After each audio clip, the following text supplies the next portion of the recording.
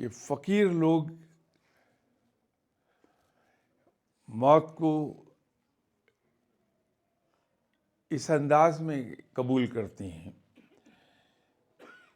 کہ مرنے کے بعد ہماری اپنے دوست سے ملاقات ہو جائے گی.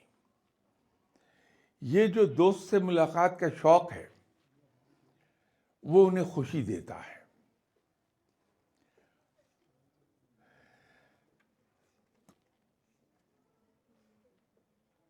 اگر موت کو خوشی سے قبول کرنا ہے تو انسان کو قرب الہی میں جانا پڑے گا کہ ایسا قرب حاصل ہو جائے انسان کو کہ اسے یہ خواہش رہنے لگے کہ میری دوست سے ملاقات کب ہوگی. اور وہ ایک ہی صورت میں ہوتا ہے جب وہ رب سے دوستی کر لیتا ہے اور جواب میں رب اس سے دوستی کر لیتا ہے. اور اس کے لیے جیسے میں نے ابھی شروع میں عرض کیا کہ ہمیں ٹوٹل سبمیشن میں جانا پڑے گا. 100% سبمیشن، 100% سرنڈر، کہ ہم اپنے ارادے، اپنی خواہشات، اپنے پلانز سب اللہ کے ماتحت کر دیں. اور جب انسان وہاں تک آ جاتا ہے تو پھر اس کے ذہن میں ایک بات بڑی کلیئر ہو جاتی ہے کہ بحیثیت بندے کے میرا کام صرف ایک ہے اور وہ ہے کہ میں کوشش اور محنت کرتا چلا جاؤں.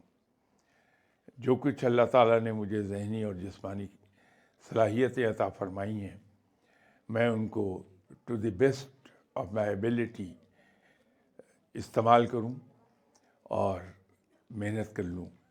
اس کے بعد جو کچھ رب کی طرف سے نتیجہ آ جائے اس کو میں ہنسی خوشی قبول کر لوں.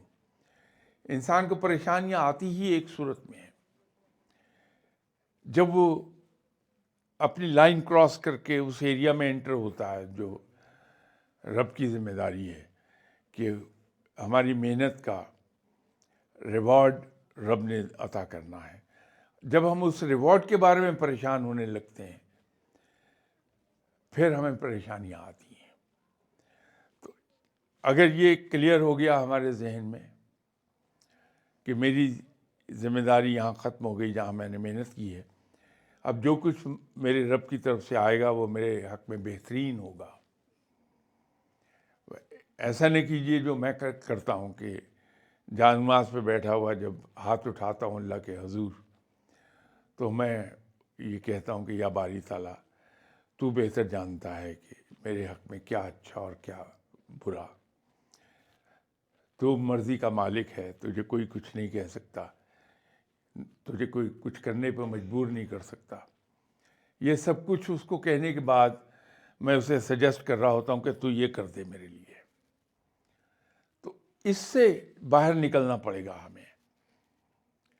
تو جب ہم اس سے باہر نکلیں گے تو پھر اللہ کے قریب جائیں گے اور پھر وہ مقام آئے گا کہ فقیر کی طرح انسان اس انتظار میں رہتا ہے کہ کب میرے دوست سے ملاقات ہوگی.